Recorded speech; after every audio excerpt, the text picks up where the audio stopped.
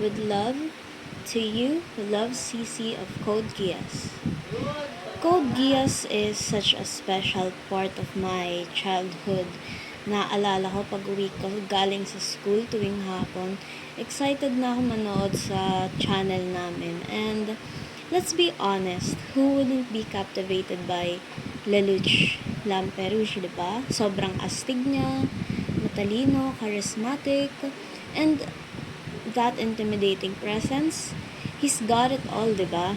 But, ang pinaka-paborito ko talaga ay si Cici. There's something so intriguing about her mysterious, immortal nature.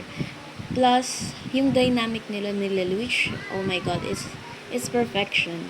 I was always rooting for their love team kaya, and sobrang kilig na kilig ako kapag napapanood ko silang dalawa. And I recently watched their latest movie, The Legion of the Resurrection, and oh my god, I was so satisfied with the ending. And hopefully magkaroon pa sila ng next sequel, 'di ba?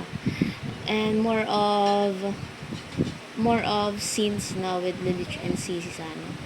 And siguro one of the scenes that I just can't get out of my head is yung nahulog si Cici sa malaking truck na puno ng tomato sauce. Tapos, naging toppings siya ng giant pizza nila Lelouch. Super iconic lang for me nung scene na yun. At sobrang memeable niya rin. Dami kong nakitang memes nun sa FB page ko nung nasali ako sa group. So, beyond the fun naman, tumatak din talaga sa akin ang Code Geass sa mas malalim na paraan. Yung mga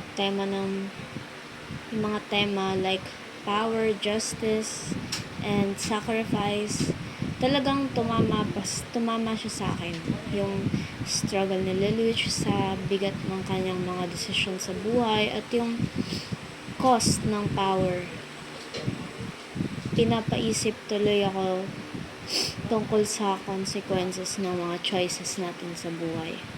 At yung immortality ni Cici, bilang bata, syempre pinangarap ko din maging witch kagaya niya, 'di ba? Ewan ko, parang ang cool lang sa akin.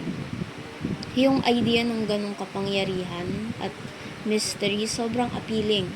Ang Code Geass ay hindi lang basta anime para sa akin. Ito ay part ng buhay ko na humubog sa aking imagination at nagturo ng mahalagang aral